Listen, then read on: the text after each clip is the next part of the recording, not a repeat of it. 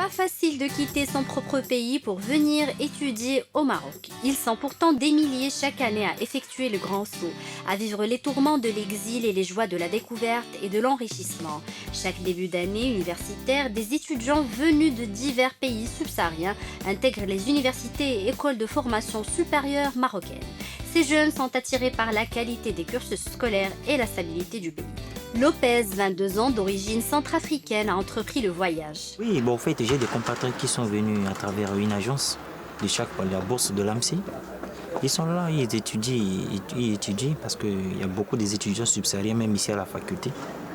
Il y a des étudiants subsahariens de différentes nationalités, ceux de Guinée-Bissau, il y a des Sénégalaises aussi. Et puis, il y a des... Moi, je suis centrafricain. Bon, cette année même, j'ai vu beaucoup quand même de subsahariens. Chaque début d'année universitaire, nombre d'étudiants venus de divers pays subsahariens intègrent les universités et les grandes écoles, après que le Maroc ait mis en place depuis quelques décennies des accords bilatéraux avec ses voisins africains en proposant des bourses d'études.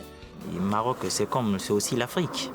Mais la seule différence, c'est, comment dirais-je, c'est un pays à respecter avec il y a des traditions ici. Il y a des traditions, il faut respecter. Il y a des trucs, comment dirais-je, il faut respecter la religion, des trucs comme ça, il faut se faire respecter, et c'est tout. Mais il reste des traditions. La danse, c'est toujours la même chose de chez nous là-bas. L'effectif des étudiants s'est accru considérablement depuis quelques années, atteignant en 2010 plus de 10 000 étudiants subsahariens inscrits dans les établissements publics et privés marocains. Il n'y a pas de problème de langue, parce que moi j'ai étudié la langue française depuis des années. Moi, je n'ai pas de problème avec ça, mais il y a des frères qui ont des problèmes avec la langue française. Mais je me sens bien parce que l'enseignement, c'est en français. Et ça va me permettre pour améliorer mes niveaux, avancer mes bagages intellectuels et puis dans ça. Dans son petit appartement loué en colocation et après une période d'adaptation, Lopez a trouvé son rythme. Il étudie et il a une vie sociale épanouie. Il ne manque de rien, si ce n'est de l'affection de sa famille. Je me suis bien intégré avec les Marocains, mais la famille me manque. Et comme je suis dans les cadres d'études, c'est ça que je me suis obligé quand même de baser avec les amis. Si je bosse moi seul comme ça, si je me sens pas bien, j'appelle les amis marocains et puis je pars chez eux là-bas, on bosse un peu, on revient. Mais tu peux dormir toi seul la nuit est là, les rêves sont là. Parfois tu commences un peu à penser.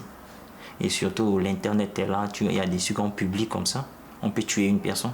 Parce que chez nous là-bas, on tue une personne, on égorge les gens. On fait des trucs et puis on publie ça sur le net. Tu peux voir ça, mais ça ne te sent pas bien. Pour Lopez et les autres étudiants subsahariens, ce voyage est une histoire de papier, d'argent et de beaucoup de difficultés, certes, mais aussi une histoire d'enrichissement, d'expérience et de nouvelles rencontres.